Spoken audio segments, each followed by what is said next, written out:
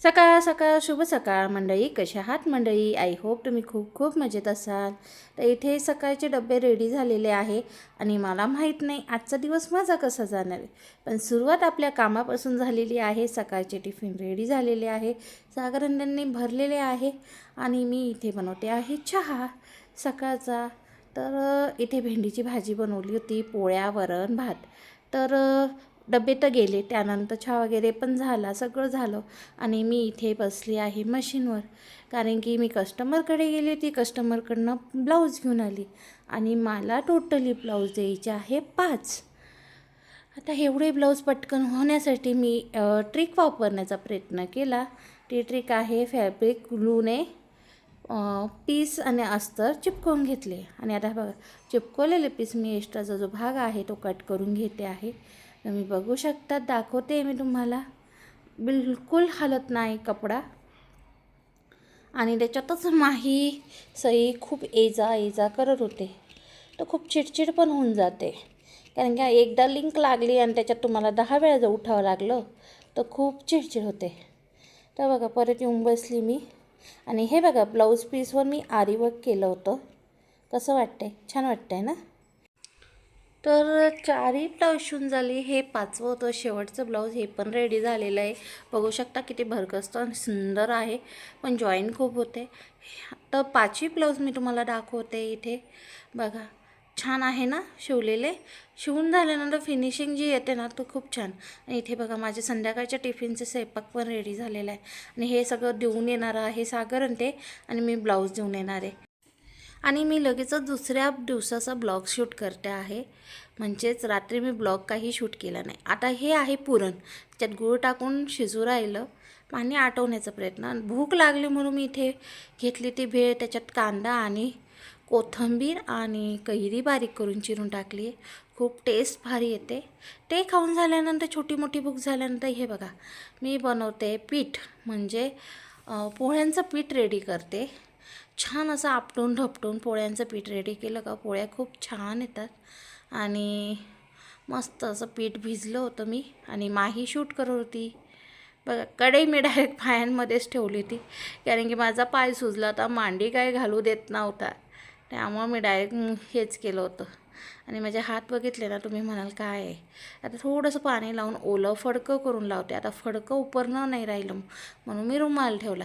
हे बघा हे जुगाड केलं आहे मी, कढई ठेवून त्याच्या खाली हे करून. तर कढई तापली आहे, पुरणपोळी बनवून पाहूया. आई म्हणे कढई ठेवून पाय, खापरवायची चालली. तर ही पुरणपोळी पहिलीच फाटली, कारण की ते तापोच तर वेळ झाला म्हणून फाटून गेली माझी, पण चांगली आली. नॉट बॅड, पहिलाच होता. आणि मग हे सगळं बनवण्याचं सोडून दिलं मी, आपल्या तव्यावरच्या पोळ्या केल्या, कारण की मला टिफिन द्यायचे होते ना. संध्याकाळी करत होती मी ह्या पुरणपोळ्या, सकाळी मी केले नाही, कारण की सकाळी टिफिन वेगळे, पुरणपोळी वेगळे, परत संध्याकाळी वेगळं. पण त्याच्यापेक्षा मग संध्याकाळी सगळ्यांनाच दिले टिफिनला पण. आणि त्या पोरं बी ओडिसीचे, ते आपल्या महाराष्ट्रीयन कधी खातील, पण त्यांना महाराष्ट्रांची जरा टेस्ट लागायलाच पाहिजे. त्यामुळे इथे मी तव्यावरच्या मस्त पुरणपोळ्या करून घेतल्या, तूप मस्त लावलं. आता ते घरचे राव नाही तर टिफिनचे राव, मी तूप मात्र व्यवस्थित लावते. तुम्ही मला फार कमी लावते का नाही, माझं जे आहे ते आहे, सगळ्यांना सारखंच असतं. आता हे बघा आणि पुरण टाकले मी पोळीमध्ये, मस्त चाळं बनवते आणि मस्त आता पुरणपोळी लाटते. आता ही मी शिकले माझ्या आजीकडनं, अशीच पुरणपोळी बनवते माझ्या आजी. आणि मग हातांवर घेते, अशी करून मग हातावर घेते. आता ही बनवली मी एक ट्रायल म्हणून कढईवर, मस्त भाजली गेली, पण त्याचे जसे मला काठ पाहिजे ना तसे भाजले गेले नाही. तुम्हाला दाखवते, टम्म फुगले ते, पण काठ जसे पाहिजे तसे भाजले गेले नाही आणि मला त्याच्यावर काही एवढं खास जमलंच नाही.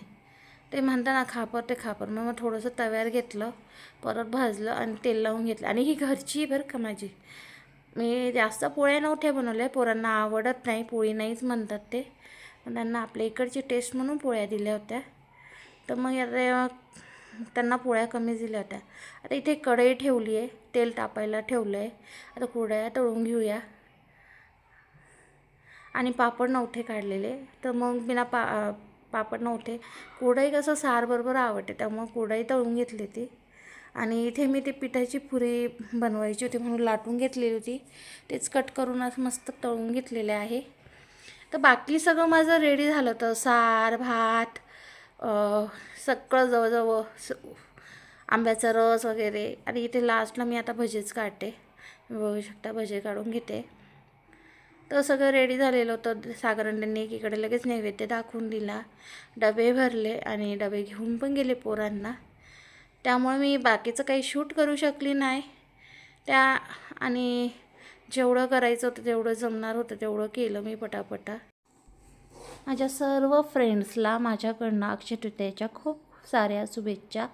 आय होप तुमचा दिवस आज खूप छान छान गेला आहे. बाय.